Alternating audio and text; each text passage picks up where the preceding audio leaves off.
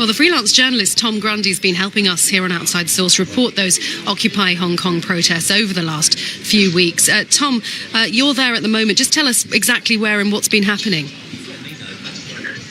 Well, it's largely a clean-up operation now, but I'm just overlooking a small area where there is still a sit-in by some protesters, and there's about 100 left now as police, one by one, are taking them away.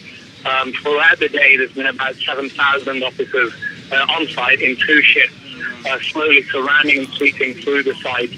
And despite some prior concerns, there haven't been any violent clashes or resistance, as some have feared. But it seems this clear-up operation will probably go on long into the night now. So, no violence, no clashes. Have there been any arrests? Well, it seems police are one by one arresting some people who didn't follow the police deadline to leave at around 2 o'clock.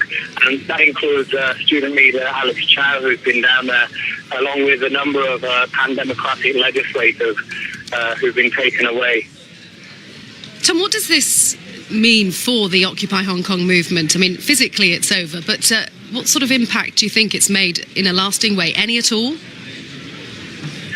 Well, it's true that the occupations are over, and many Hong Kongers were becoming increasingly frustrated with the protest camps. But I think the idea of universal suffrage, one person, one vote, remains relatively uncontroversial amongst most Hong Kongers. And far from being an end, these are likely the burst pangs of a renewed democracy movement in Hong Kong, which has been, of course, running for like 30 years.